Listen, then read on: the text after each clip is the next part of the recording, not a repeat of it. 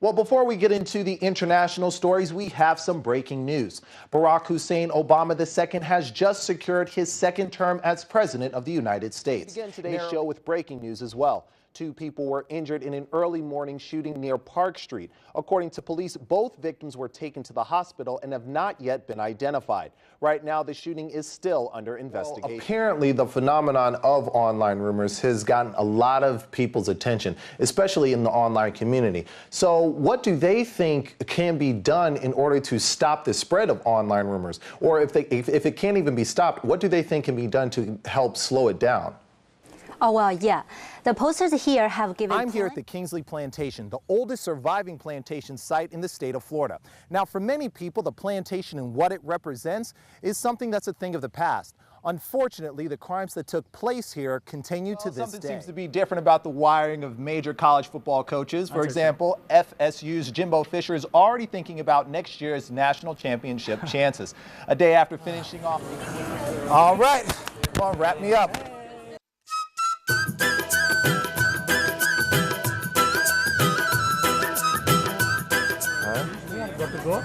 Okay, can I get a mirror? Can I see how this looks? All right. Oh, I look good. I look good. The University of North Florida opened its doors to the local Sikh community for Interfaith Week, an event that gives students a chance to learn about different religions from around the world. Yeah, how do you like it? Oh, it's great. It's very snug. Yeah? Sikhism is a religion from India with a small but devoted global following of around 30 million. One of the central themes that guides Sikh teaching is equality, and it was a message Sikhs were happy to share with the students. So this is an occasion where they can know more about us. So that's the best way to bring the peace to the world, is when you know more about your neighbor.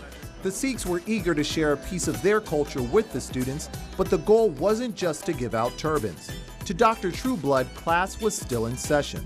Here, students are forming their adult values, and so if they can be able now to negotiate difference of religion, race, creed, then when they get out in the workplace, we have a very diverse country. They'll be able to work in a diverse workplace with people who are different from them. It was a lesson Dr. Trueblood thinks the UNF students passed with flying colors. The willingness of these students to come together and to tell their stories just is so, it gives me so much hope for a peaceful America. In Jacksonville, Lionel Donovan, First Coast News, NBC 12, ABC 25. I'm here at the Kingsley Plantation, the oldest surviving plantation site in the state of Florida. Now, for many people, the plantation and what it represents is something that's a thing of the past. Unfortunately, the crimes that took place here continue to this day. Human trafficking is modern-day slavery. Jacksonville is a major transport and military city. The city holds 2 U.S. Navy bases and Florida's 3rd largest deep-water port. Tourism is also a major driving force of Jacksonville's economy. But the city's defining strengths also create a perfect storm for human trafficking. We are a hub of transportation. We have 2 major interstates that go through here. We have a major airport. We have a major seaport. On top of that, we also have major sporting events like the Jaguars. It's just a ripe environment for human trafficking. Second only to the drug trade, human trafficking affects one and all, regardless of race, class, or nationality. And their effects can be felt for the rest of their lives. That's where Rethreaded comes in. Does this look like a shirt a hipster would like? Kristen Keene is the executive director of Rethreaded, a nonprofit dedicated to helping victims of human trafficking. And for Kristen, this is more than just a 9-to-5 job.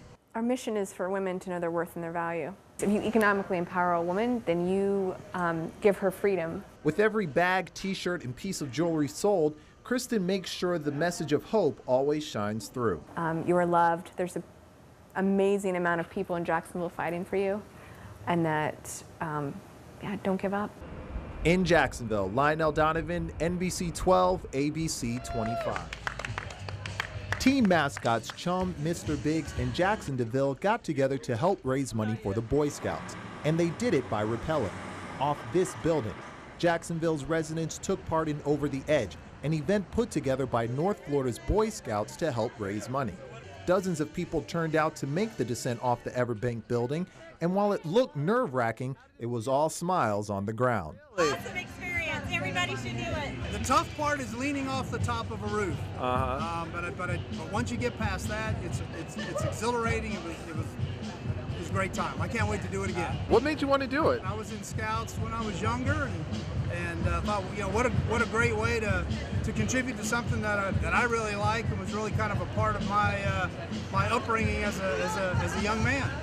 In Jacksonville, Lionel Donovan, NBC 12, ABC 25.